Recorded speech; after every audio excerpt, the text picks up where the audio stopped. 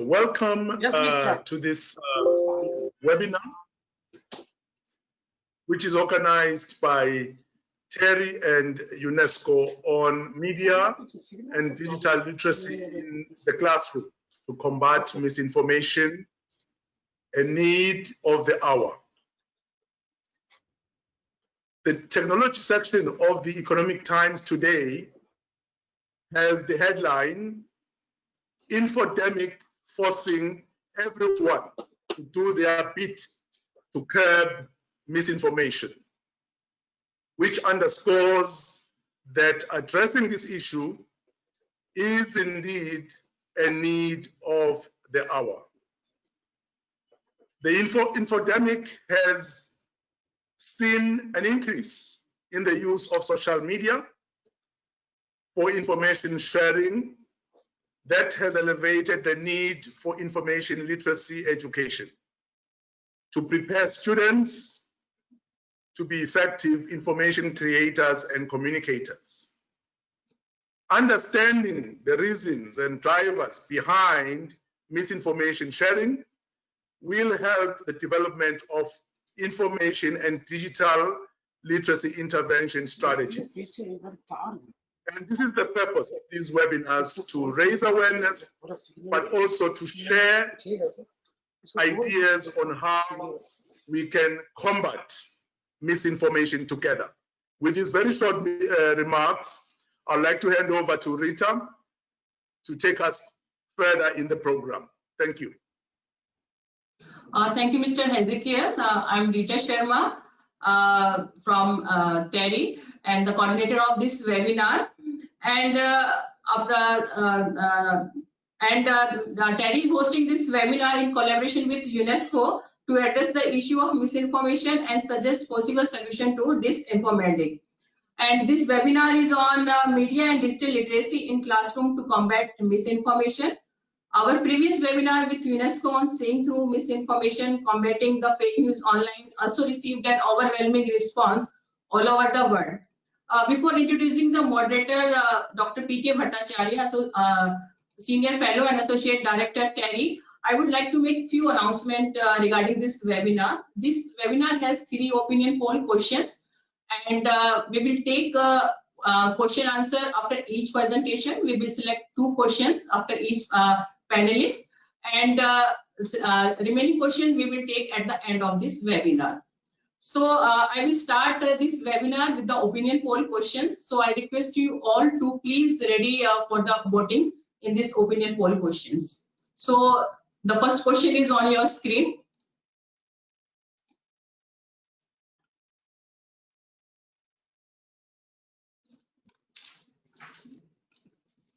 Are educational institutions efficient enough to handle, minimize the impact of fake news on student community?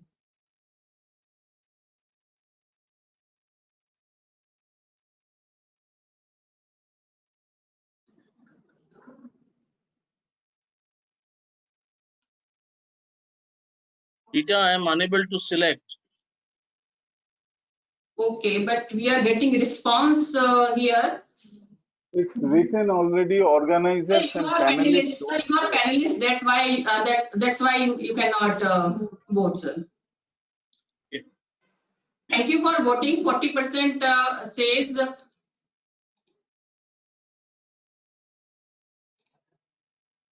yes, and 59% vote for the no. So now I invite Dr. P.K. Bhattacharya, Associate Director and Senior Fellow TERI, to moderate this webinar.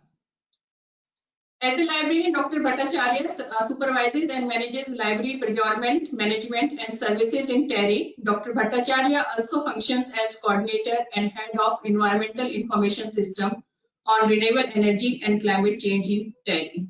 So with this introduction, sir, I hand over the entire proceeding of this webinar to you. Over to you, sir.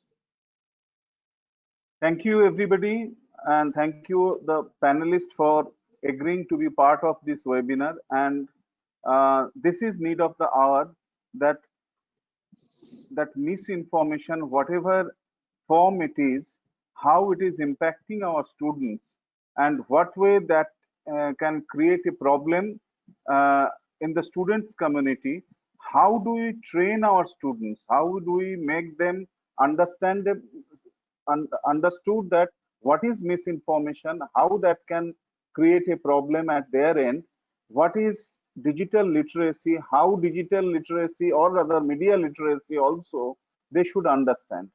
Now, before coming to, we have a very esteemed panelist here, so they will definitely take up these issues one by one and in detail.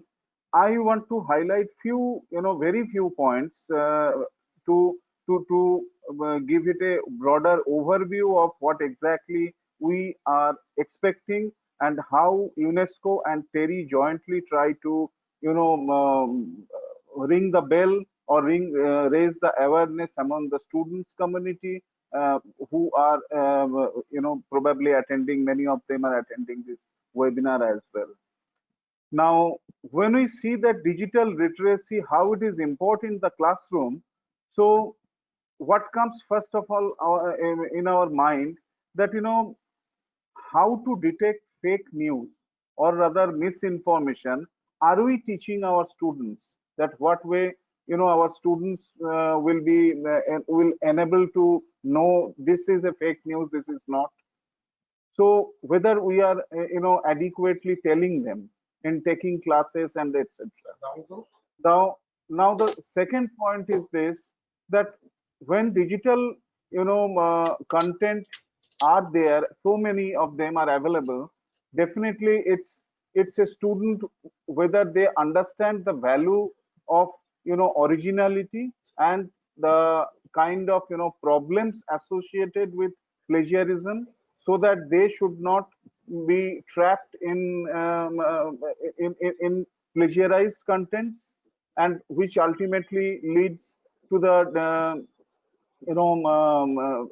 a negative point towards digital literacy. So that is the second point what I am raising. And then technology and laws. Are students aware of cyber bullying, cyber security laws in the school level itself? In the and accordingly, they are quite aware of how exactly they should, follow those laws. Now, what to me, it's important that core competency development of students is therefore, need of the hour. Now, when we come to see the what kind of, misinformation, what kind of problem it creates. So broadly, we can, divide the kind of information which are being shared using different social media or other, platforms in 6 major categories. Of them, one is factual and harmless type of information which are getting spread. Some are creative, but they too are harmless. They do not create anybody harm. So these two kind of information, yes, people are normally sharing for their, within their groups for, socializing and all those things. There are, in the third type in this category, are harmless but fake. So they are harmless information, but they are actually fake news. So that whether we are aware of that. The last 3 categories are very, serious. One is potentially harmful. The next one is harmful and toxic in nature, where trolling, bullying, cyberbullying, etc. is happening. And last one is harmful and fatal, where, some localized rioting kind of information, etc. Or maybe, on a specific students are targeted on, regionally or maybe, caste based, that kind of thing. Such type of misinformation are getting spread. Now, one interesting fact comes to us is that Indians are mostly the world's most, number one nation who are actually spreading different kind of news, different kind of, information. Perhaps there are several regions, and you can, see there is a detailed study carried out by WhatsApp, and they, found that probably the reason is it's free and it's easy to share. It's actually increasing a person's social positioning, that earlier I cannot, go and get in touch with people. Now, with a simple click of message, I can, send this message to everybody. So that's probably the reason that we are spreading misinformation also. Chance of getting popular within the community and everybody otherwise. Pride in sharing, that I am advising somebody, either I am giving some tips, maybe educational tips, maybe anything. Now in the process we are doing many thing misinformation. There is one specific thing came to our mind in this particular thing, that in electronic font, whatever is available, or maybe in a media font, in a newspaper font, if something is getting published in digital media, we somehow consider that they must be correct. They must be correct in all and must be true. So we actually believe them from core of our heart and start, sending them things. Now, there are news which are created for promotional purpose also, might be political news, etc. So we have seen that so many such news are getting forwarded. Some are true, some are false. But issue here is more of this, that whether our student community needs a core competency developed on that. And I stop there. We will learn more from our different panelists here who are present here. So first of all, let me introduce before you Mr. M.K. Murugan, who is Joint Director IT, Education Department cum Additional General Manager, GSDL, Government of Delhi. So Dr. Murugan, Mr. Murugan is a MBA from Alagappa University, Tamil Nadu, and also MBA from Disaster Management from IP University, Delhi. He has 25 years of experience in the field of IT and ICT in government sector, which includes handling of e-district project, computerization of sub-registration, and computerization of land records, GIS projects at Geospatial Delhi Limited, Government of Delhi. At different Department of Education, Government of Delhi, he is looking after online EWS or DG lottery system, mobile app for students, attendance, teachers, notifications, circulars, implementation of digital classroom, implementation of connected classroom, overall managing the MIS project, online classes for DOE students, and many more activities. Now, who else other than Mr. Murugan can actually, enlighten us with his, talk on this particular aspect of how to combat, this misinformation in the classroom. Over to you, sir. Hello. Yes, we are audible. You are audible. Hello.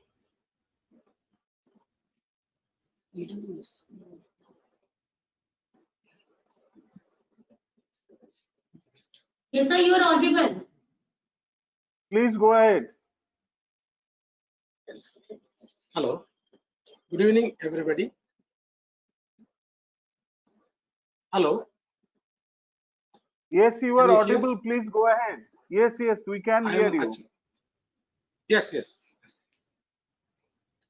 Yeah. Okay. Thank you very much for this opportunity for this session. This is this media and digital literacy in education institution make a difference. This is my mistake. But yes, the digital media and digital literacy, the part of this. Second slide, please. Second slide is the subset of information literacy. It involve finding and identifying, evaluation and using informations. So basically the media is from internet smartphone and video games and other traditional resources. There are three broad categories. One is for the finding and consuming the digital content. The other is the creation of digital content. And third is the communication. Basically, if you want anything, you'll immediately find from the net or some other net or book, whatever.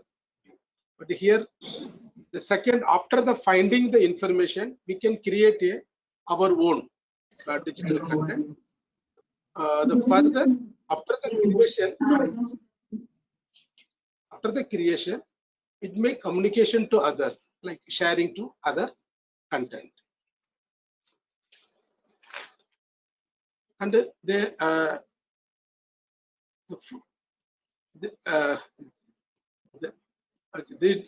digital and the media literacy, they involve the ability to do the followings. First, to the access and the next slide. You have to access the information.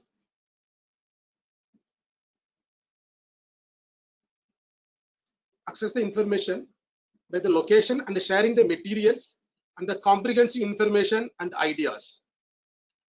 After that, we may analyze the variety of the forms by the identifying the authors and the purpose and the point of view and evaluating the quality and the credibility of the contents. Actually, whatever information we need to analyze the various form, maybe the author based and the purpose of the information, why we need this the information of and evaluate and the quality of the informations. The third, the create the content, the variety of the form, make use of language, images and sound and the digital tool and technologies. Because the normal content is not sufficient. We need some images, videos, some new digital tools and technologies. And the social responsibility. Because if you go any type of digital information, then why we need and what are the social responsibility if you are using this information, because that is very important. Because in case if you are sharing any knowledge and solve the that will be affect to the any particular workspace and any other community. That is very important.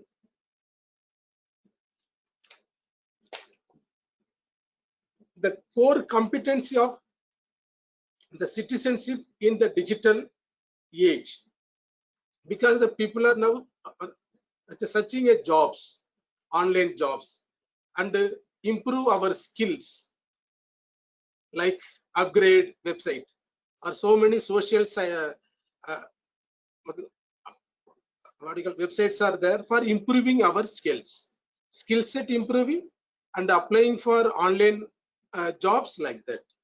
And the other also, in case if you need some health information, so for the relevant health information we need go through the medias or digital platform. In case some disease, everybody is accessing what are the remedy for that the particular disease. So the people are these days people are accessing and the research evidence also available in the websites. So the people are gathering, collecting the information, and the educational opportunities. Now the Indian students are mostly searching for abroad for the education purpose and job purpose. So all the informations are available. So students or even others also looking for the online education opportunity through the websites and the social medias. In case these days, is there anything happen, even the community, civic community, the civic society for the municipality, either anything is going, for example, e-waste or anything happening, immediately people are taking photograph and sent to the municipal offices for rectifying.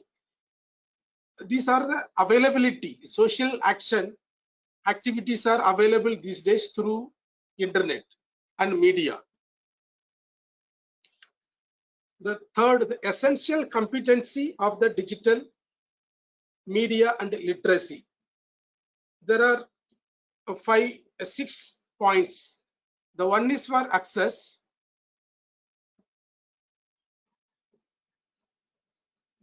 One is for access the technology and information, find the information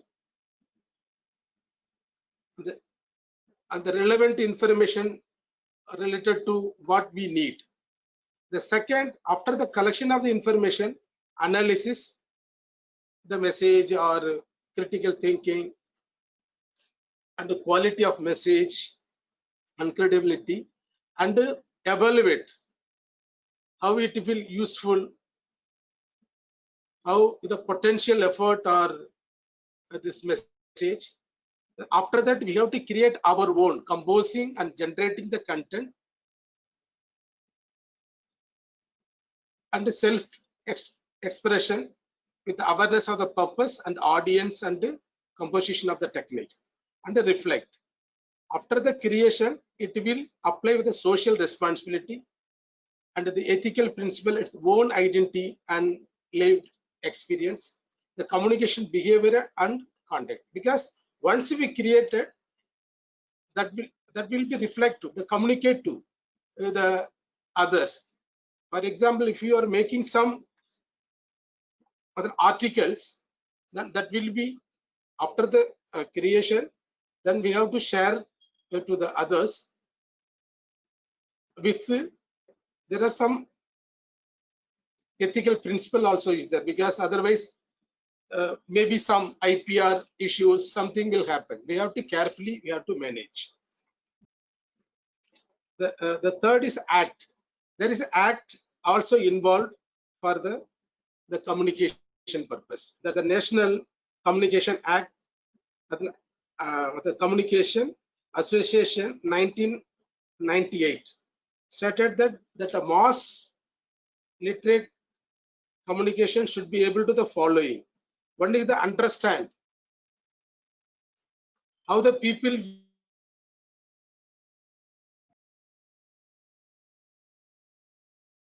recognize the complex relationship among the audience and media content.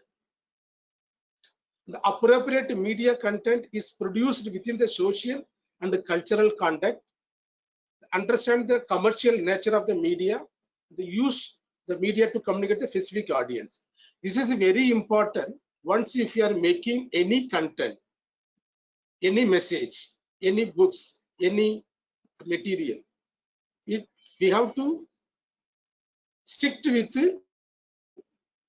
this 5 media literate. The other is the institutional practice. Record keeping, even the school and colleges, in offices, it's a very important activity is the record keeping. So because all the informations keep in record for the future decision making and sharing, and also the awareness and finding, evaluation and sharing the content. Explore the resources in the form of in the informations using a searchable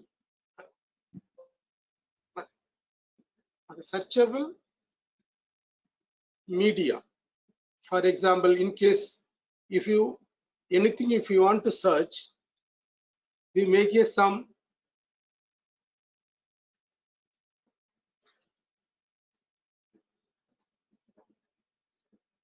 choices and quality and relevant. For example, books. For example, the books the student will find. How will find the classes and subject wise. And in case if you have any newspaper, we have to check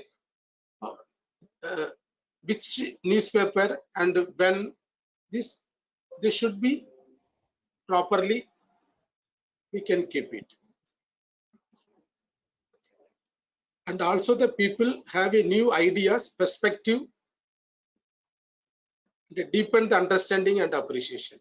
Careful examination of the constructive nature of the particular text encourages people to use the critical question to examine the author intent, issue of representations.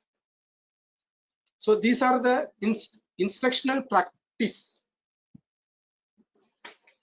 The other is the comparing and contrasting two texts. So the same information is available with us. We have to compare and what are the difference, contrast of the text. That also we have to keep. Playful activity, for example, the promotion and the imagination and the creativity. Next. And the decision making skill, supporting people and etc. The message composition, using the combination of the language. Only if you are typing a text, that will be not attractive. So make it some images, sound, like a virtual reality, some videos, audios, and we have to attractive the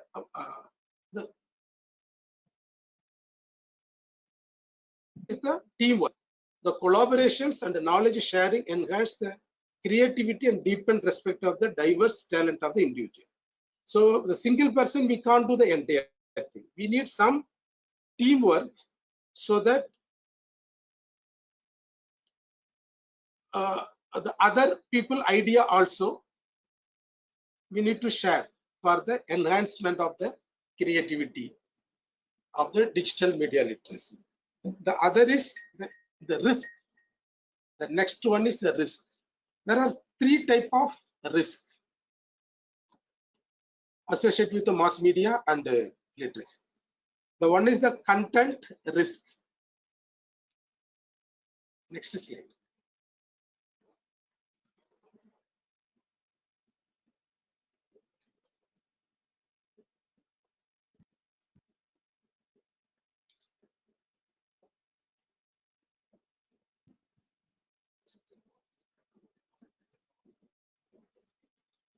The role of educator and the institution. Without a teacher, the digital media literacy education can't into the classroom. The teacher will bring the digital literacy, literacy and the media literacy into the class.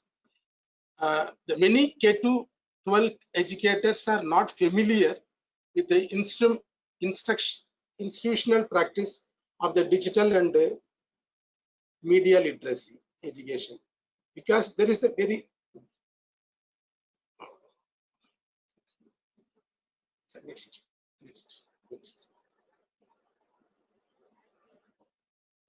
There are three types of risk. The content risk, contract risk. K2, the parallel gap exists in most of the colleges and university, because nowadays all the classes are online classes, even colleges and school. There are some area of teachers are not educated that much. Our government school, we are giving the training to the teacher these days for how to make skilled in digital area. we are also now given the training, Google classes training also given the teacher. Once the teacher is educated, then it will goes to the, they will conduct the proper education to the teacher. First, the teacher will capable in the digital and media literacy, so that because nowadays the students are more capable, more knowledge in case of technology compared to the teachers. Most of the schools began bringing innovative digital and media literacy education to the student, because the facility don't have an active use of digital media themselves. The most of the faculties in the school communication specialized in the digital media training, but little expertise in the developing the non-specialized program. That address needs to be children and youth and other problem. The teacher education program must give the student, the facilitator of the education and teacher and institution play the key role in ensuring the students are equipped with the deep understanding of media and digital literacy. The current generation of the students are exposed to the digital media from very young age, because these days the young children, small children, even they are using the mobile, they are sharing the WhatsApp message, YouTube, they are learning from without a teacher helping. The students are using the technology, because the internet and the struggling.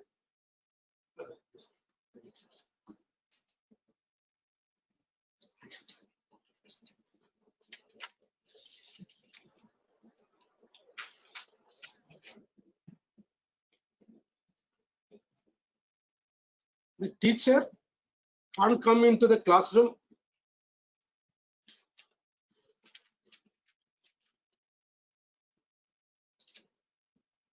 next.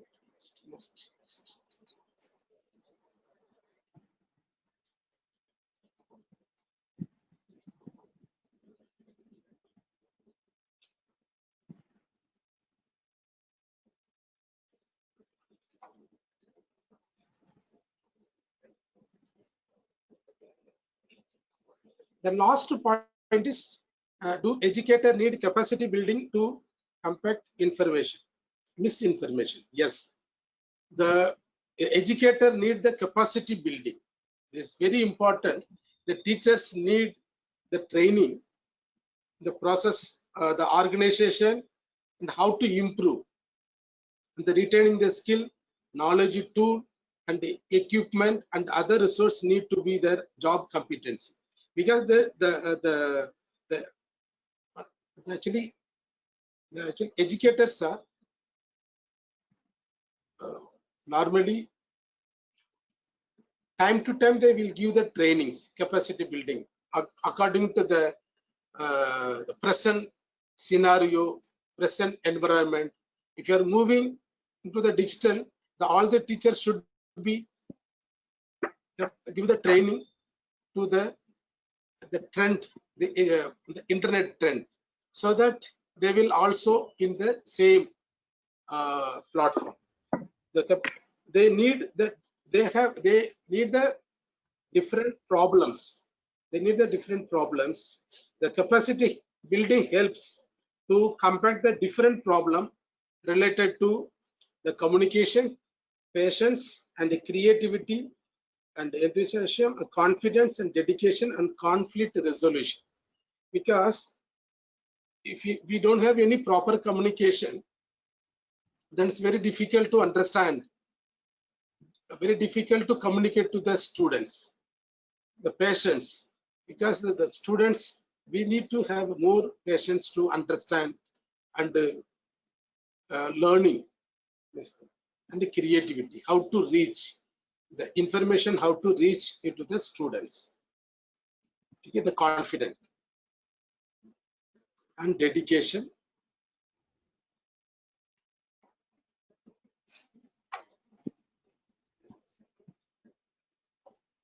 Thank you.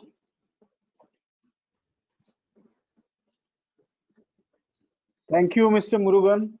So this was indeed a very vivid presentation on, how important is role of digital media, digital and media literacy in different school environment and different, education environment. You spoke about the purpose of such, literacy. So that is how important it is. And importantly, you raised the point of social, responsibility. Means it's not that one person will be doing it, or rather it's the job of only the educators, but it's a society which has to work at large to find out a solution towards this. Not only the students, they will learn how to handle such digital and media literacy, because today we are in a era of digital and technology development, as well as different educators, educational institutions, teachers, and for that we need sufficient capacity building if it is required. So adequately you have covered the overall perspective of the of digital and media literacy in education institute. I'll now request Rita if there are any questions, and also take the second opinion poll. So just request those questions to Mr. Murugan. Thank you, sir. I think there is one question by Mr. Lakmali Always. I think these days everything becoming hybrid. I miss digital. I miss media. Please, are we getting this? Acha, okay, this is not a question. So we will move to the second opinion poll questions.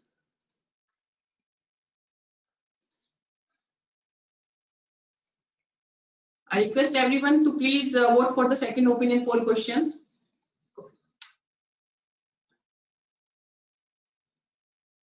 Now it's reflecting on your screen. Do you think that media and digital literacy should be a part of education ecosystem? Yes or no?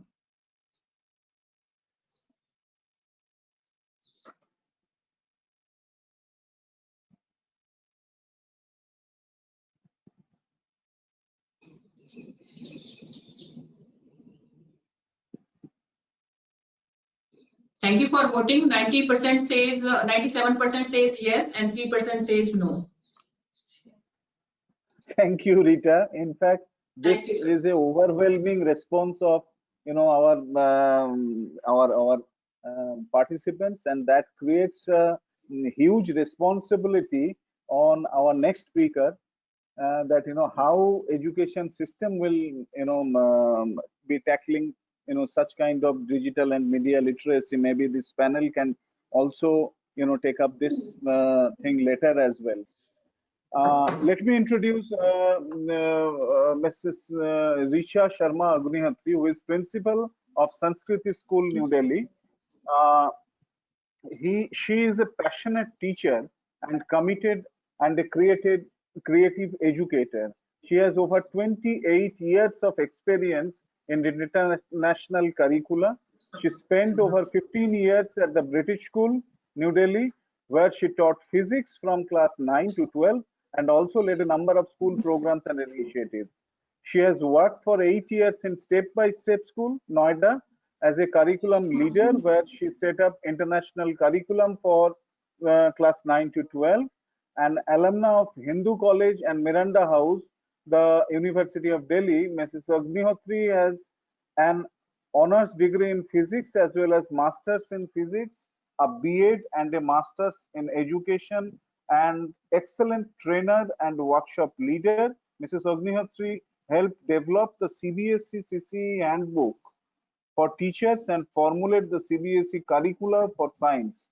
She has also been an examiner and a recognitions ambassador for the IB in India, and is a certified trainer with Cambridge International Examination. Ma'am has a very elaborated teaching career. So over to you, ma'am. We want to learn from all on this. All of us want to learn from you. Thank you so much, and very honored and grateful to be invited to be a part of this distinguished panel. I think I'd like to begin with a quote, and this is a quote by Mr. Ernst Boyer, who was a past president of Carnegie Foundation for Teaching. And he says that it is no longer simply enough to read and write. Students must also become literate in the understanding of visual images. Our children must learn how to spot a stereotype, isolate a social cliche, and distinguish facts from propaganda, analysis from banter, and important news from coverage. So in short, our children have to be information savvy, they have to be media fluent, and they have to be tech tuned. So I'd like to begin by first thanking Mr. Murugan for setting and establishing so well the need for information and media literacy and for digital literacy and the reasons why it is required. I'd like to briefly touch upon the roles of schools and other education institutions in developing these extremely important 21st century skills. And with the permission of the moderator, I'd like to also expand this to a little further than not just misinformation, but also the appropriate and responsible use of both digital media and information literacy. So I'd like to begin by talking about the three pillars of educational practices. Curriculum, which is what we teach; pedagogy, which is how we teach; and assessment is how we know or how we find out that what we have taught is enough. So if I look at curriculum, the NEP, the NCF, school curriculum, they all they are the ones that tell us what we need to teach, and the National Education Policy, which has come out recently, is a vision document which talks about developing skills in students which otherwise we have in India not spoken about. We hope then that the NCF, which comes from there, which will actually be the working document defining school curriculum, will incorporate digital media and information literacy in all aspects of the curriculum. And then schools and other education institutions will have to adopt the NCF in a way that they are able to incorporate this as a big part of their teaching practices. Now, how the ways that we can involve, get these as a part of our curriculum? They could be standalone, which is standalone. We teach students to research, to look at, identify information, identify sources of information, evaluate them. Or they could be a part of every subject. So we make our curriculum plan in such a way that every subject incorporates a teaching or an education on digital and on media literacy. But we have to understand that we are a diverse country, we have diverse community, and there are all kinds of teachers, and not all of us are well versed with the idea of misinformation, with how to teach our children how to be digitally literate. Because remember, information literacy and data are very, very powerful tools. And our children are already using these powerful tools. And if we don't teach them how to use these powerful tools, if we don't teach them safe use and the appropriate use, then these tools can be used destructively as well. And we see how often media is used in a very destructive context. So I think the first thing that curriculum planners or your the NCF, the NCRT, the MHRD will have to do is they'll have to lay out clearly laid out learning objectives and expected learning outcomes, which explain what should a child of an appropriate age, of a particular age, is expected to know, is expected to experience, and is expected to be well versed in. Just as we write out a curriculum for mathematics and science, which says that by the end of grade 6, a child should be able to multiply, to add, and to do decimals, and so on and so forth.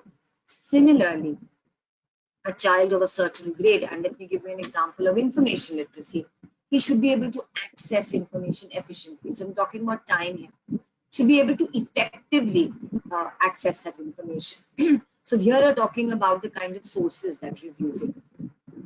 Is there a variety in the sources? Are the sources authentic? Then should be able to evaluate this information critically and with competence. That means look at it carefully and understand whether this is not misinformation or this is not propaganda, as I spoke about. once we have been able to, the child is able to identify this, the child should be able to use this information creatively and accurately for an issue or a problem. So we're talking about application now. Apply this. Should be able to manage flow from a variety of sources. Should also have a very clear understanding of the ethical and the legal issues which surround the use of this information.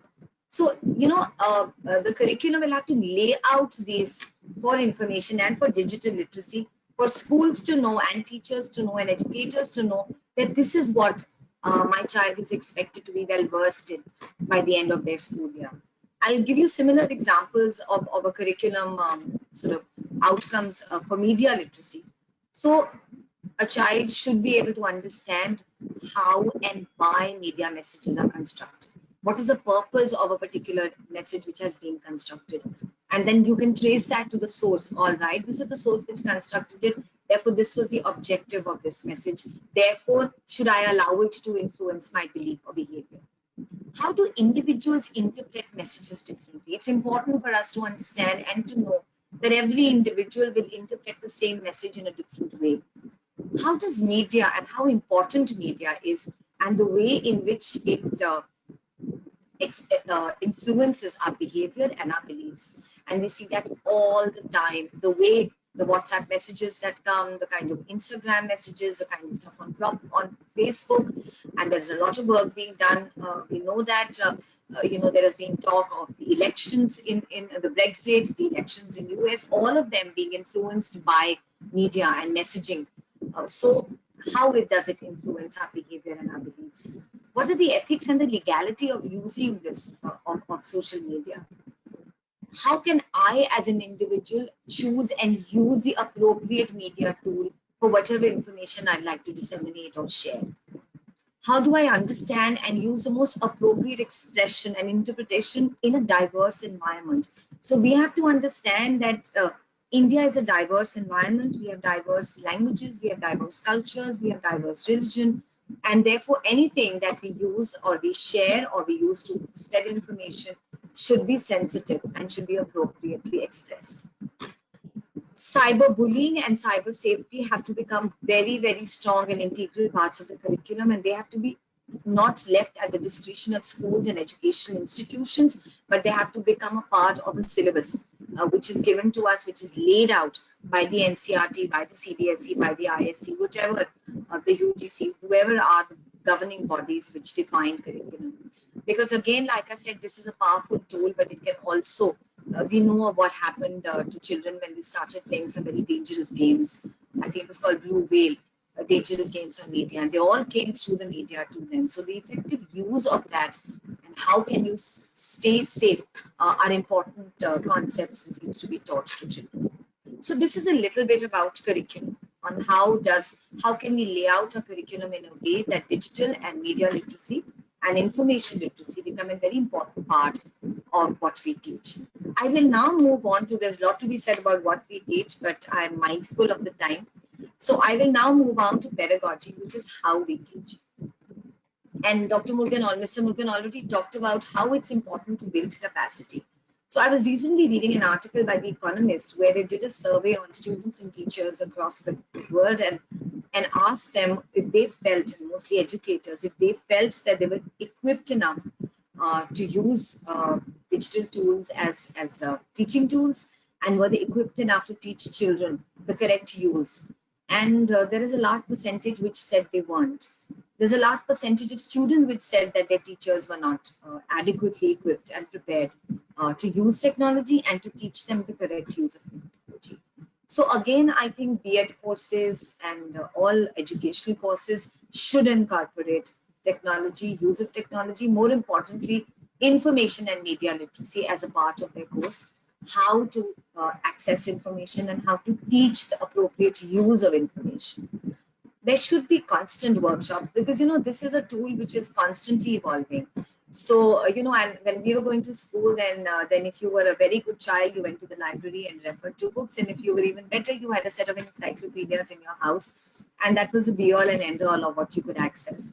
And as we started working, we slowly started using the internet, and then some other resources came, and now children just have to at the click of a button or a click on Google, they can get every information that they want to. And so therefore the next generation, this is the digital generation, but the teachers and adults have to constantly upskill and upgrade themselves to be able to ensure the correct use of technology. You also don't want to be, shortchanged. You don't want to be fooled by the generation which you're teaching. Schools will have to, and education institutes will have to invest in digital tools. We will have to invest in online libraries, JSTORs, so that we are able to teach children how to access information and then how to use that information. How do we incorporate it in our regular teaching? I think the first and most important thing that as teachers and educators we have to understand, realize, and accept is that we are no longer the most important resources in the classroom. Which means that we have to understand that our role is to facilitate learning, and therefore students and children have to be asked to access information, to bring information, and our role is to teach them to identify correct information. So therefore our role is to challenge every piece of information that we get to us, so that they identify how to validate and authenticate what they are bringing to us. So everything that you read in print or everything that you hear on TV and radio, we have to teach our children to question it. I'll give you an example. We often come across data on census figures, for example. So when you're doing geography or economics, there's always data on census figures. Questions to ask: is this data accurate? Is this data latest? Because if it isn't latest, then is it giving me a true picture of what the concept is trying to be? What is the source of this data? If I know the source of this data, then should I not access the original source and not look at the print text which is here in front of me? If that I know the source, do I also know an alternative source which might give me the same information but may have different data to support that information? And when I have two different sources of information, how do I know which one is most authentic? And once I have been able to identify the ways and means to authenticate this information, can I quote this information without permission? And how do I acknowledge, if I do quote this information, how do I acknowledge the source from where I got this information? So often when I teach and teachers teach their students, they'll always say, why do you believe everything you read? Question it. The same comes for media sources. You look at a media, let's look at a WhatsApp message, look at an Instagram message, let's look at a Twitter rant. Can we spot a stereotype in what we are reading? And shouldn't teachers and educators and other adults engage in a conversation about this? If I've read a certain piece, a media piece, should I not look for a contrary or a conflicting piece? And look at those two sources of information, get a more wider perspective of the information that I'm reading. How do I check the validity of this information which I've received on media before I share it, before I believe in it, and before I act on it? What are the ways by which I can authenticate and validate this information for myself or for anybody else who I intend to share it? Teachers, I think, should be reading reports on the same item from a variety of sources. If you read the same news report in an Indian Express, in a Hindu, in a Times of India, hear it on 3 different channels of TV, you get a completely different view of the same news report. So what was actually meant to be a factual report of an event, actually you can identify biases just in reading that one report. It becomes our duty, therefore, to share this with our children. Ask them to identify a news item or a report. Let's look at the China-Indian conflict. Let's look at the migration problem. Let's look at the information on COVID, what is coming to us in terms of data that is coming to us. Let's look at it from a variety of sources. Can I identify a bias in my sources? Which one of these do I think is giving me the most balance and the most neutral view? And which one of them is actually sending misinformation? And how can I therefore learn to identify biases from the truth? And what should I be doing to improve myself? Research projects should encourage accessing a variety of diverse sources, checking the authenticity of each of these sources, validating the information that is shared. and then interpreting these sources and forming personal opinions. I think one of the things that's lacking and that we tend to lack because we are constantly flooded with media images and media information is our own personal opinion. I read a good article and I get swayed by it. I see a very, passionate discourse on television and I get swayed by it. I see a lot of Instagram or Twitter messages and a lot of trolling and I start believing in a certain way. I have to learn and I have to teach my students to learn the best way to be able to identify and to justify in a very unbiased manner my own personal opinion. So therefore, we need to teach them to apply information and data and to a variety of situations, not just one, to different kinds of situations. Some are opinions, some is just data. And in fact, one number can be interpreted in so many different ways. Just one number. There should be conversations around this. And so it shouldn't just be submit your work and get done with it. It should be about let's discuss how you achieved, how you arrived at this conclusion. Let's find out what did you do to decide that this is the line that you want to take, this is the path that you want to take. And therefore, it's important for us to include a diverse view. It's important to include a diverse group of people who are then able to give you a wider perspective of what you're hearing and what you're seeing, so that you only just don't go into one skewed path. The third aspect of education is assessment. So again, I think if there is anyone among the powers to be who are a part of this, and are listening to it, I think the boards and the NCERT or the MHRD should completely change the assessment pattern. Why should we assess what is already given in the book and can be accessed immediately? And I want to ask all of you who are in a working space right now, under normal circumstances, when are you asked to recall names and dates and the table of 13 or 27? What you're actually asked to do as in your workspace is to identify correct sources of information, access a wide variety of those sources, read and understand contrary and diverse views. So even when we're working in a group, we call in a group members of our team and I say, okay, here are the ones who are agreeing to it, here are the naysayers. Let's listen to both views and let's then form an unbiased interpreted based on authentic data and then give a reasoned response to whatever this is. Those are important life skills that we need to learn, not 72 times 33, because the calculator will do it for me. Not, when did Babur travel to India or when did the Battle of Plassey take place? So therefore, I think it's important. This is so important. And therefore, assessment pattern has to completely change.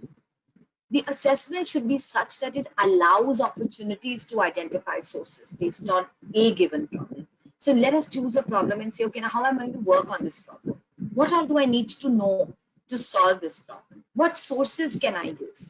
Now that I have 330 sources, which are the 3 sources which I'm going to use? How am I going to decide which source am I going to use? What skills should we develop in our students to be able to interpret the sources that they've decided and then respond to it? How will they apply this and give reasoned explanations? All of these areas have to be assessed, not just the final product. The process is what is important in this case. The process of identifying sources, the process of validating sources, the process of reasoning. So therefore, I think we need to move from this rote memorization to open book assessments, self-paced assessments. And only then will we allow them to use information the way it is available, the way it will be available in the real world. So it's not going to be some hidden thing which you need to learn and reproduce. It's given to you. You just have to know the right way to interpret it. So here are some key takeaways, and I'm going to end with these takeaways. The first one is schools and institutions have to upgrade resources. We have to invest in digital resource banks. We have to, the JSTORs and other resources. We have to provide adequate, that's the second one. We have to provide adequate training to our students and our teachers on use of these in multiple ways. And not just the senior students, but across. A student of class 1 and class 2 has as much right to understand what information is available to him or her and how she or he can access it. The third thing is NCERT and all other organizations should now write the curriculum which incorporates skills of digital literacy, of media literacy, of information literacy across subject areas and generic set of skills, which I think as a country we have to understand is so important. We have to devise pedagogical practices and assessments to develop these skills. 5, we have to give ample opportunities to our students to engage in the use of digital and media tools. Let's give them opportunities to do that. Allow them to access tools. Let's not ban the internet. Let's use it advantageously. And finally, I think the most important thing is that identify this is the new tomorrow. So empower the next generation. Get rid of this deep digital divide that is there, because in the hands of a few, this can be a powerful tool which can be both constructive and destructive. And therefore, it should be available across, and everyone should be equipped and enabled to use that. Thank you so much, and I'll be happy to answer questions.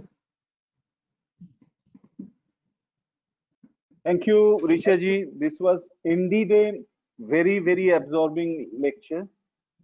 In fact, what is most important that you have categorically, covered each of the issues of, our educational ecosystem, like curriculum, pedagogical challenges, and the assessment tools, technologies necessary. From a point of view of an information resource person, I am very happy that you have mentioned that schools or rather educational institutes should spend or upgrade their resources much more, so that next generation can get access to different types of tools and technologies so that they can use it, and definitely that will empower them for the betterment of the assessment as well as better pedagogical approach also. The one important thing you also mentioned that there is a need that skill set has to be developed, because we are a diverse country and several types of diversity people are facing and challenges are facing by students, as well as including digital divide, students and teachers. So different varieties of skill set across the board, across the organization is a requirement today. So I request Rita, if there are any question, please, ma'am is here to, take up all those questions. I request you to, probably get all those questions before ma'am. Thank you, sir. We have received a number of questions after Richa ma'am presentation. So I will take only 2 questions here, and remaining question we will take at the end of the session. So the first question is, how can we strike a balance between combating misinformation and while at the same time ensure freedom of or access to information? Sorry, Rita, I couldn't hear that very well. Yeah, ma'am. The question is how. Yeah, ma'am. The question is how can we strike a balance between combating misinformation and while at the same time ensure freedom of or access to information? Yeah, so I think I've talked about it when I talked about pedagogical approaches, and I said allow access to all kinds of information. You can't say block this, stop this. And often when parents come to me and say my child is often on the internet, I tell them that's the tool for the next generation. Teach them the responsible use of that tool. So I think it's important that as parents, as adults, as caregivers, as teachers, we allow them access to every kind of information, but we discuss it with them. So, we get constrained by syllabus and I must teach the syllabus. I would rather say we put that aside and say, okay, here is a piece of information. This is what it says in this particular text, but this is how it says in this text. And the TV says this. Now let's look at all 3. Let's analyze them and see and weigh them with facts that we already know, and then take a reasoned call on, is this biased information? And then also look at the consequences of that information. So if there's an inflammatory WhatsApp message, what is the purpose of that message? Is it going to be, if we look at it objectively, is it a positive influence, or is it there for a purpose which is destructive? So I think talking to students must be, giving them a variety of sources to read, to talk about them, to engage in dialogue, to ask them to bring information and share it, and then look at biases. I think that's the key way to combat this information. Ma'am, the next question is, what punishment is given for spreading fake news? Any government or legal efforts regarding this? Well, I'm not the expert on that, but I'm sure that if there is an inflammatory or incorrect message, then all of us know that we can report it to the media tool which we are using. So if it's a WhatsApp, you can report it. If it's Facebook, you can report it. You can report it to anywhere, and I'm sure appropriate action is taken by the authorities wherever it is. There are rules and there are laws which do put that in place. So I think it's available, but yes, I think we should be armed with that knowledge as well. How to report, where to report, how to block. Okay, thank you, ma'am. Now it's time for the third opinion poll question. Thank you so much. Okay. The question is reflecting on your screen. Do you check the fact about the news before forwarding, uploading it on various social media platforms? Yes or no? Please vote.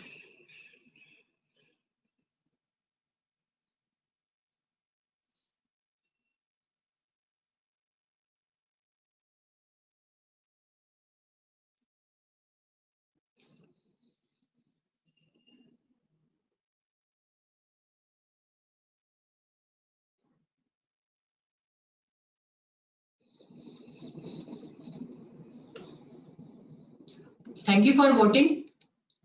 88% audience says yes and 13% says no. Over to you, Dr. P.K. Bhattacharya. Okay, in fact, I have a feeling that this this result is, of course, a biased result, because most of us don't check the authenticity of this information before forwarding it. That's what my belief is, because the kind of news every day we get through Facebook, through WhatsApp, and through other modes of social media, that certainly is not saying that only 13% says that yes, we do not check, and 88% check and spread. That I don't think is a logical, and but this answer is okay. We take as it comes.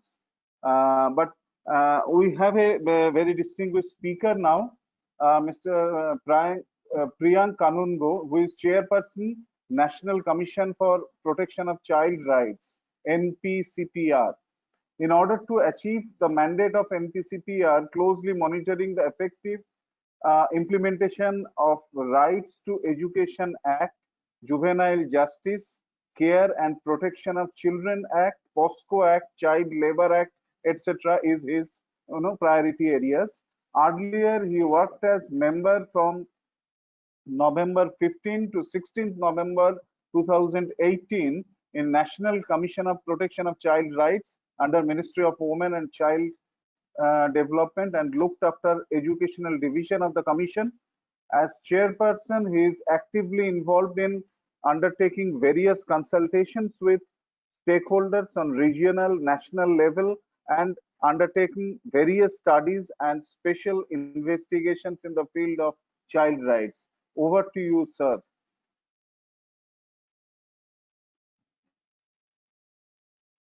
Am I audible?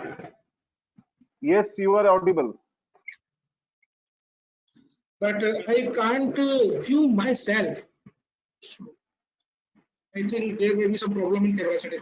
Okay. Am I visible to you? Yes, you are visible to me. Please go ahead, sir. So, आज का जो ये topic है, I must thank Terry and UNESCO कि आप लोगों ने इतने इंटरेस्टिंग टॉपिक पे बात शुरू की, और जो बातें कहीं नहीं हो पाई हैं, खासतौर पर टेरी जैसे प्लेटफॉर्म पे, वो हमें बहुत जरूरी है। और जब हम कोविड टाइम्स में हैं, जहां ऑनलाइन एजुकेशन एक हकीकत बन चुकी है। वर्चुअल क्लासरूम एक रियलिटी में तब्दील हो चुके हैं और इसके लिए किसी को कुछ नहीं करना पड़ा, ये स्वतः हुआ, ये आपसे आप हुआ। तब बहुत जरूरी हो जाता है कि मिस इन्फॉर्मेशन पर भी एक बार बात हो जाए। आप सभी लोग जो यहाँ पर इस वेबिनार में मौजूद हैं, मैं आपसे एक आग्रह करूंगा, अगर आप देख सकते हैं अभी हाल तत्काल, तो मिस इन्फॉर्मेशन का मैं एक एग्जाम्पल देना चाहता हूँ, फिर वहां से हम बात को शुरू करेंगे। अगर आप गूगल करेंगे तो आपको एक खबर मिलेगी space.com नाम की एक न्यूज वेबसाइट पर। तारिक मलिक ने ये खबर की थी 4 साल पहले, और इंडिया ने अपना फर्स्ट स्पेस प्लेन और मिनी स्पेस शटल लॉन्च किया था, और उस लॉन्चिंग की जो न्यूज इस वेबसाइट ने की थी, मैं उसके केवल दो लाइंस आपको पढ़ के सुनाना चाहूंगा। On May 23rd, 2016, India launched the first test flight of its reusable launch vehicle technology demonstrator, a winged unmanned spacecraft that resembled the miniature space shuttle. इसका जो लास्ट पैराग्राफ है वो यहाँ पे बहुत ही इंपॉर्टेंट है, आपको देखना। The RLV-TD, that's the name of this space shuttle. The RLV-TD looks like a miniature of NASA space shuttle with twin tails similar to US Air Force robotic X-370-37B space planes. So, आप सभी लोग इतने समझदार हैं कि यहाँ पे कहने की कुछ बात बाकी नहीं रह जाती। असल में फेक न्यूज से ज्यादा प्रॉब्लम फेक नैरेटिव की है। इंडिया अगर कोई स्पेस शटल डिजाइन कराता है, कोई स्पेस शटल प्रोग्राम लॉन्च करता है, तो क्या ये जरूरी है कि ये कहा जाए कि वो नासा के स्पेस प्लेन का कॉपी है? ये यहाँ पे ध्यान देने वाली बात है। ये न्यूज नहीं है, ये नैरेटिव है, और इस नैरेटिव से ही हमको खुद को बचा के रखना है, बच्चों को बचा के रखना है, और फिर आगे बढ़ना है। मैं इस डिजिटल एज में इस तरीके की जो नए दौर में चले गए हैं, नॉलेज हमेशा से बाउंड्री लेस थी और है। अभी जो इसमें चेंज हुआ है वो ये हुआ है कि क्लासरूम भी बाउंड्री लेस हो गए हैं, और यहाँ पे जो बच्चों के साथ 2-3 तरीके की प्रॉब्लम हम लोग राइट टू एजुकेशन एक्ट की मॉनिटरिंग अथॉरिटी होने के नाते भी देख रहे हैं। एक डिजिटल डिवाइड का नाम पिछले 6 महीने में हमने कई बार सुना है कि डिजिटल डिवाइड देश में है। कुछ बच्चों को उस तरीके के इंस्ट्रूमेंट्स, उस तरह के इक्विपमेंट्स, उस तरीके की फैसिलिटीज अवेलेबल नहीं। इनफैक्ट कमीशन ने खुद ने भी इंटरव्यू किया, जहाँ पर हमको महाराष्ट्र के रत्नागिरी से एक बच्चे ने कंप्लेंट किया कि उसको ऑनलाइन क्लासेस के लिए अपने घर से 30 किलोमीटर दूर तहसील प्लेस पे जाना पड़ रहा है। जब वहाँ पे साइक्लोन आया तो टावर्स टूट के गिर रहे थे। कमीशन ने इस मामले में डीएम से लेकर के और ट्राई तक को नोटिस किया और इंश्योर किया कि उन बच्चों को इंटरनेट फैसिलिटी मिले। तो ये डिजिटल डिवाइड में एक बहुत बड़ी प्रॉब्लम निकल के सामने आई है। लेकिन इस सब के साथ जिसको इंस्टीट्यूशनलाइज तरीके से हमको फेस करना है, वो एकेडमिक डिस्क्रिमिनेशन का नेक्स्ट लेवल भी यहाँ पे बनता जा रहा है। अब एकेडमिक डिस्क्रिमिनेशन वहां तक था जब क्लासरूम में एक अलग तरीके का स्कूल है, वो ये कहता है कि भाई इन किताबों से पढ़ो। एक सरकारी स्कूल है, ऐसे स्कूलों की संख्या देश में 11 लाख थी, 60% बच्चे सरकारी स्कूलों में पढ़ रहे थे, 40% बच्चे प्राइवेट स्कूल से पढ़ रहे थे, उनकी किताबें अलग अलग थी, स्कूल का एटमोस्फेयर अलग अलग था। यहाँ पे इस एकेडमिक डिस्क्रिमिनेशन का सेकंड लेवल जा रहा है, जहां पर अब ये केवल इससे गवर्न नहीं कर रहा है कि स्कूल का इंफ्रास्ट्रक्चर कैसा है, ये डिजिटली कौन सा कंटेंट डिसेमिनेट हो रहा है। जैसा कि मैंने पहले मैडम ने बताया कि हमको नॉलेज को तो बाउंड्री लेस बनाना है, सिलेबस को हम कंट्रोल नहीं करना चाहिए, लेकिन बच्चों तक क्या इंफॉर्मेशन जा रही है, कहीं वो इसी तरीके की गलत इंफॉर्मेशन तो नहीं है, ये वहां पे एक देखने की बात है। जब हम फेक नैरेटिव की बात करते हैं तो क्लासरूम के बियॉन्ड भी मैं आपको 1-2 एग्जांपल्स देना चाहूंगा, आप इनको केस स्टडीज की तरह ले सकते हैं। कोविड पैंडेमिक के शुरू होने के बाद जब भारत में लॉकडाउन हुआ और मार्च के अंतिम सप्ताह में प्रॉपरली हम लॉकडाउन में थे, अप्रैल के फर्स्ट वीक में 8 अप्रैल को चाइल्ड लाइन इंडिया फाउंडेशन, जो गवर्नमेंट ऑफ इंडिया का एक हेल्पलाइन है जो बच्चों को डिस्ट्रेस सिचुएशंस में मदद करती है, उसने कहीं अपना एक डेटा डिस्क्लोज किया, उस डेटा को मिस इंटरप्रिटेट किया गया, कैसे फेक नैरेटिव सेट होता है, उसके क्या रेपरकशन से मैं यहाँ पे केवल आपको बताना चाहूंगा। उन्होंने अपना जो डेटा बताया था उसको 2 अखबारों ने इस तरीके से पब्लिश किया, आप में से बहुत लोगों ने खबरें पढ़ी होंगी, इसलिए बताना जरूरी है कि लॉकडाउन के शुरुआती 11 दिनों में 92,000 बच्चों के साथ सेक्सुअल एब्यूज हुआ, और ये इतना अलार्मिंग था कि कमीशन को तुरंत इस पर कॉग्निजेंस लेना पड़ा। हमने कॉग्निजेंस लिया, हमने चाइल्ड लाइन से पूछा कि 92,000 केसेस कहाँ के हैं, इनमें FIR हुई कि नहीं, बच्चे रेस्क्यू हुए कि नहीं, उनमें जो एक्यूज्ड है उनको अभी तक पुलिस ने अरेस्ट किया या नहीं। जब ये सब बातें हम पूछने निकले तब चाइल्ड लाइन ने हमको जो जवाब दिया वो ये था कि उनके पास जो कुल कॉल्स आए थे उनमें से 178 कॉल्स उनके लिए इंटरवेंशन के कॉल थे जहाँ पे एब्यूज हुआ था। उनमें एब्यूज में से कुछ केसेस चाइल्ड सेक्सुअल एब्यूज के थे, कुछ केसेस लेबर की तरह बच्चों को एब्यूज करने के थे, कुछ फिजिकल हार्म के थे, लेकिन 178 कॉल कुल एब्यूज के थे, उनमें से कुछ सेक्सुअल एब्यूज के कॉल्स थे। अब 178 को 92,000 बताया, बात यहीं तक नहीं रुकी। इस अखबार की खबर के बेसिस पे जब पैनिक क्रिएट हुआ देश में तो किसी ने एक पिटीशन भी हाई कोर्ट में लगा दी, वो एक केस भी शुरू हो गया। इसके बाद देश के 4 बड़े-बड़े इंटरनेशनल ऑर्गेनाइजेशंस, उनको भी डर लगा और उनको भी ऐसा लगा कि इस सिचुएशन को तो तुरंत कंट्रोल करना चाहिए। उन बेचारों ने भी लोगों को ट्रेन करने के लिए, जमीन के स्तर तक काम करने के लिए बहुत ही भली सोच के साथ एक फंड रेजिंग कैंपेन भी शुरू किया। ये सब एक मिस इन्फॉर्मेशन के कारण हुआ। पर जब चाइल्ड लाइन ने हमको बताया, हमने वो इन्फॉर्मेशन सभी लोगों को दी कि भाई समस्या है, लेकिन समस्या को इतना एक्सेजरेट मत करिए कि लोगों में पैनिक क्रिएट हो जाए और हम उससे लड़ने की बजाय उससे घबराकर भागने लगे। ये ठीक नहीं है। चाइल्ड सेक्सुअल एब्यूज देश में बहुत बड़ी प्रॉब्लम है। मैं कहूंगा कमीशन के काम करने के लिहाज से हमारे लिए सबसे बड़ी प्रॉब्लम वही है, लेकिन हर बच्चा अपने घर में रेपिस्ट के साथ हो, ऐसी सिचुएशन अभी नहीं है। हमको परिवार को स्ट्रेंथन करना भी साथ साथ जरूरी है। मोस्टली केसेस बच्चों के साथ जो होते हैं वो घर में होते हैं, लेकिन इस तरीके के फेक नैरेटिव को बनाने के पहले, चलाने के पहले हमको पूरे देश की स्थिति को एक बार देखना चाहिए। एक दूसरी घटना मेरे ही साथ हुई। इसी तरह के किसी वेबिनार में मैं लोगों को ये बता रहा था कि बीते 1 साल में कमीशन ने अपनी कैपेसिटीज को, अपनी कैपेबिलिटीज को 8 गुना एनहांस किया है, 8 टाइम्स एनहांस किया है।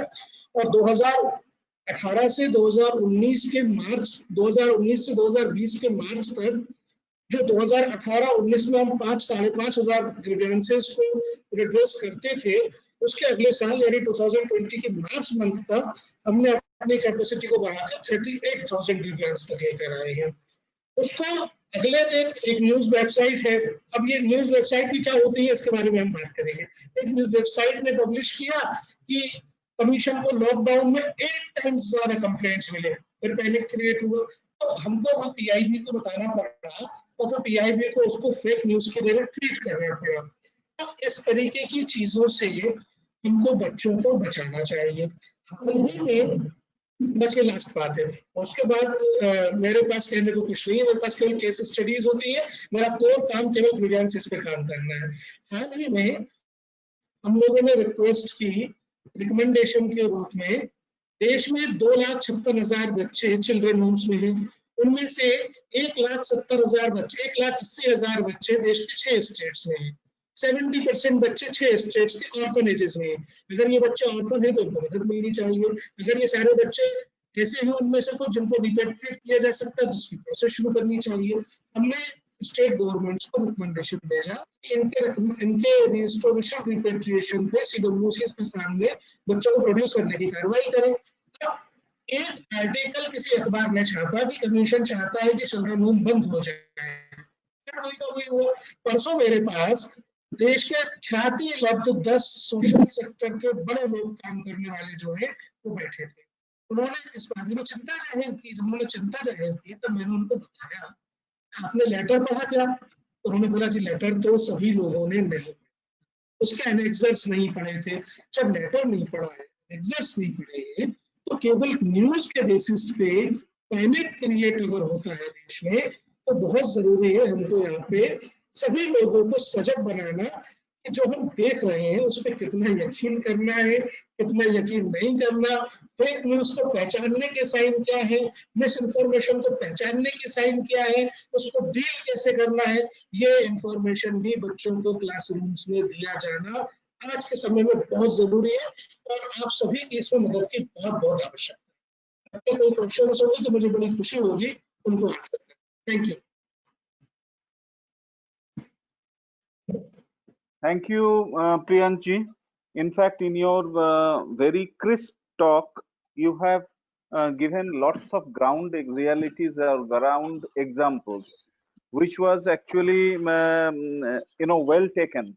That clarify the impact of fake news or fake narratives that you use that particular word, जो बच्चों में जो problem create करते हैं, and the kind of problems they face and how they should be protected from such kind of narratives. Now, digital divide of course is a problem which we know that it existed, and it has now been felt also during last few months. And of course in the education sector also, government school, private schools, they are facing such digital divide and problems also. And one more point you have indicated, that now that classrooms have gone boundaryless, so it's important that every people should have access to this kind of information, and of course they should also be competent enough, or other core competency of these students or the faculty members, development of those core competency, like how to use, how to know what is fake information and what type of information should not be used, should be a priority area that we have to think of. I now request Rita, if there are questions, you please probably Priyank ji ko puchiye, so that our audience know much better. Thank you, Dr. Bhattacharya. In fact, many people want to listen Mr. Priyank in English. There are a few questions, so I will ask them one by one. Over information and excessive sources actually confusing everyone. So need to be very selective and choose the authenticated one. But how to do that? Priyank sir. We have to.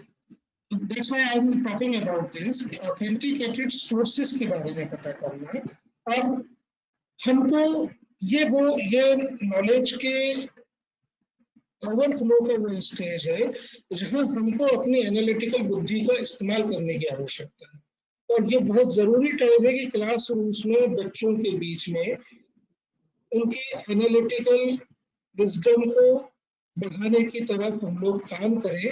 Teachers की भी pedagogy, syllabus बच्चों का उस तरफ जाना चाहिए कि वो चीजों को एनालाइज कर सके और खुद का मत बना सके। हमको उस तरफ बढ़ना ही पड़ेगा।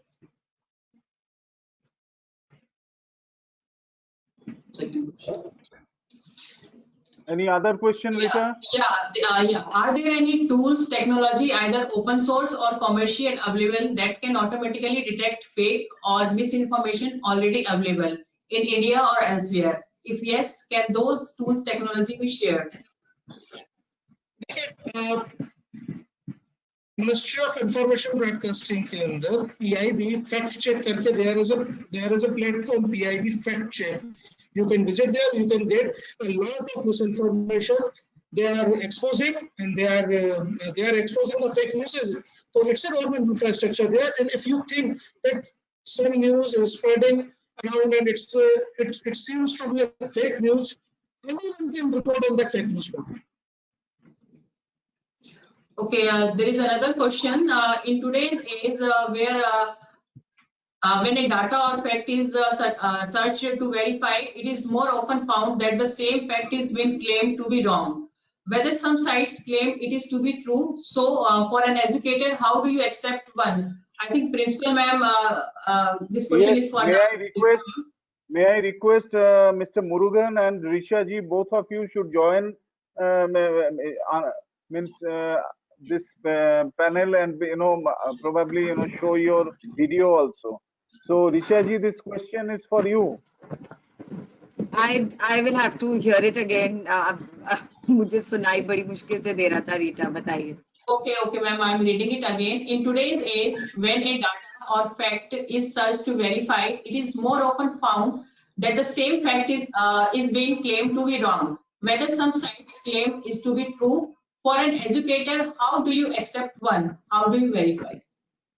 So I think educators know that there are some authentic sites. Even when you search on Google, there are certain add-ons or extensions that you add to Google, Google Edu, Google Scholar. So educators should equip themselves with the knowledge to see that what are the sites that can be visited. So for example, we always tell our students that Wikipedia is not an authentic site. Wikipedia can be edited by anyone. If you want to research, then look at Google Edu or look at Google Scholar. Look at scholarly articles. Schools will have to, and education institutions will have to upgrade their library resources. You'll have to go into JSTORs and those kind of resources which are authentic, which are validated, actually academic articles. There is TEDx, TED-Ed. These are all various sites which can be used to, look for more authentic information. And I think that is a upgradation that as educators we will have to keep doing. All teachers will have to start looking at what information can I give my children where I know that they will get the most authentic. Okay, thank you, ma'am. The next question is what's our regulatory and legal stand in terms of spread of disinformation?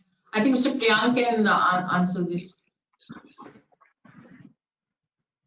Can you repeat the question, please? Yes, sir, I will read it again. What's our regulatory and legal stand in terms of spread of disinformation? So what is the legal action? जैसे हाल ही में मैं यहाँ पे फिर एक आपको case बताऊंगा. जब फरवरी दिसंबर में हमारे पास कई सारी ऐसी मिस इन्फॉर्मेशन आई. मुझे 1 दिसंबर के महीने में हमारे पास उत्तर प्रदेश से आई. देश के एक नॉन एक्टिविस्ट ने, I will not take name, non activist ने एक केस रिपोर्ट किया कि children were brutally beaten by the police officers in Uttar Pradesh and they have been raped by the police persons into an educational institute that was meant for the children. We have taken cognizance in that. और इसके बाद ये देश के कई सारे newspapers में एकदम स्प्रेड हुई खबर. हम लोगों ने जब उसमें कॉग्निजेंस लिया, जब हम लोगों ने डिस्ट्रिक्ट अथॉरिटीज को पूछा, हमने उस एजुकेशन इंस्टीट्यूट को पूछा, तो the manager of education institute filed a complaint against the fake news spreaders. तो जब वहाँ पे इस तरीके की सेक्सुअल अब्यूज की फेक न्यूज़ थी, तो there is a section of POCSO act, section 22, it applied there. तो ये फेक न्यूज़ किस तरीके की है, किस नेचर की है और किस लॉ का वायलेशन कर रही है, उसके अकॉर्डिंग उसको कार्रवाई. प्रियंक जी, कुछ देर पहले एक क्वेश्चन आया था जो बेसिकली जब ये प्रिंसिपल मैम बोल रहे थे उस वक्त आया था. So I am just repeating it before you. Actually, if I remember it correctly, it was question ये पूछा जा रहा था जो बच्चों को साइबर बुलिंग या तो साइबर सिक्योरिटी ये क्या होती है, क्या होना चाहिए, इसकी बारे में इतनी नॉलेज नहीं है. और अगर इनको कुछ लॉज की जरूरत पड़े तो कहाँ पे जाके क्या चीज उनको सीखना है, कहाँ से पता चलेगा, इसकी बारे में भी कुछ अगर आप बताएं तो. एग्जैक्टली, आपकी बात बिल्कुल ठीक है. रिसेंट टाइम्स में कमीशन की एक रिपोर्ट भी आई है स्कूल सेफ्टी के ऊपर है. एक्चुअली ये डेटा 2018-19 में कलेक्ट किया गया था. रिपोर्ट इसके रिसेंट टाइम्स में आई है. 40% schools are unaware of cyber bullying. लगभग 50% स्कूल्स में स्कूल टाइम्स में बच्चों को सोशल मीडिया प्लेटफॉर्म पर एक्सेस था. और स्कूल्स में साइबर सेफ्टी पॉलिसी की तरफ लगभग आधे स्कूल ऐसे थे जहाँ पे कोई ध्यान नहीं था. ये हमारी रिपोर्ट का ही पार्ट है. इसके बाद स्कूल सेफ्टी मैनुअल जो है बच्चों की सेफ्टी इंश्योर करने के लिए स्कूल्स में, which is compilation of 22 existing guidelines, we are in process of revamping that manual also. we are working with all the relevant stakeholders, including MIT, CERT, NCERT, and we are now revamping that school safety manual, which has because the many problems arises after COVID backdrop. So इसके बाद हम लोग इसको भी रिवेंट कर रहे हैं. फिलहाल के लिए जो शिकायत आती है, CERT का वेबसाइट है और जो पोर्नोग्राफिक कंटेंट से संबंधित शिकायतें हैं या आउटसाइडर्स जब अटैक करते हैं स्कूल्स में, उस तरीके की कंप्लेंट्स हैं, www.cybercrime.gov.in. This is the portal. cybercrime.gov.in. This is the portal. यहाँ पे रिपोर्ट करिए और ये रिपोर्ट करना बहुत ही जरूरी है. बाकी जो एग्जिस्टिंग गाइडलाइन या एग्जिस्टिंग मैनुअल कमीशन का है, हम लोग उसको रिवेंट करने जा रहे हैं. आने वाले 2-3 महीने के अंदर ये मैनुअल रिवेंट हो जाएगा. अभी फिलहाल जो एग्जिस्टिंग ग्रीवेंस रिड्रेसल मैकेनिज्म है, उसमें देश के लेवल पे हम cybercrime.gov.in पर कंप्लेन कर सकते हैं. स्टेट्स सभी जगह साइबर क्राइम को डील करने के लिए पुलिस अथॉरिटीज हैं, डिस्ट्रिक्ट अथॉरिटीज हैं. तो अगर पुलिस स्टेशन तक कोई मामले जाते हैं तो वो उनको डील करने के लिए सक्षम है. अगर कोई ऐसे मामले हैं जो स्कूल के लेवल पे सॉर्ट आउट होने हैं, स्कूल में ही सॉर्ट आउट होने हैं, उसके लिए डिजिटल इंफ्रास्ट्रक्चर में स्कूल की उतनी ही रिस्पॉन्सिबिलिटी है जितनी फिजिकल इंफ्रास्ट्रक्चर. तो ये स्कूल्स को ज्यादा रिस्पॉन्सिबल होगा. Okay, thank you. Rita, any other questions? Hello. Yeah, sir, there are questions, but those are repeated in region. I think already answered by ma'am and Priyank, sir. Okay. So, so the any other things you want to ask? Any other panelists want to ask any question to any of our speaker?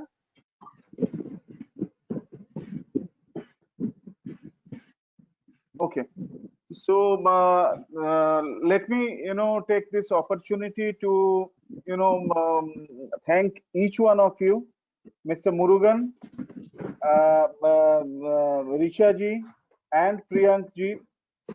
All of you have taken up this webinar into a different height.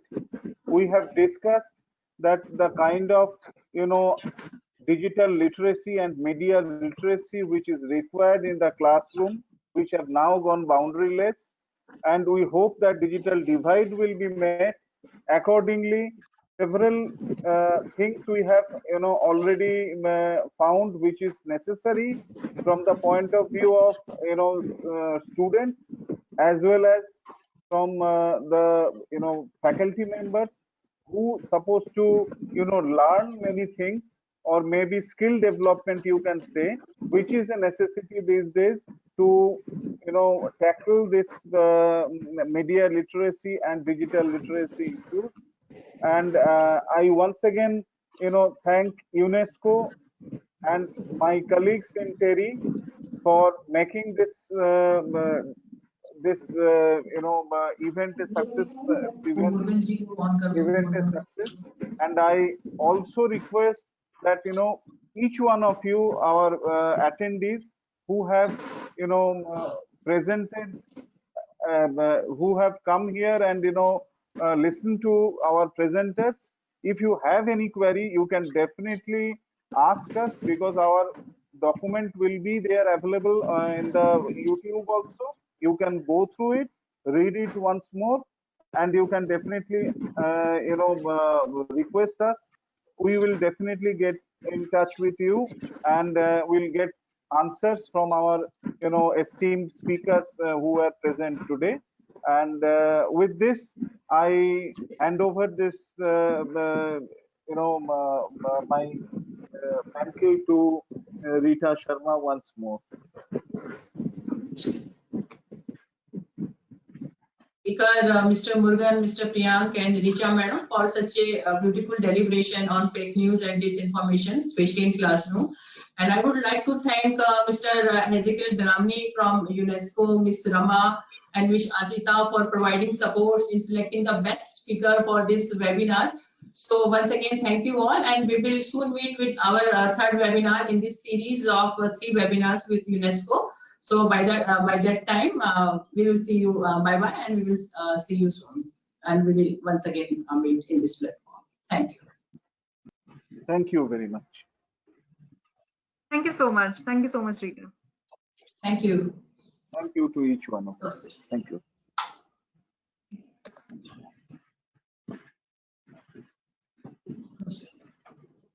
Thank you.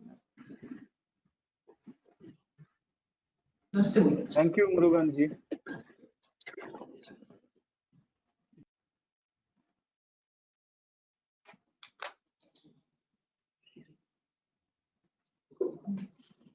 Just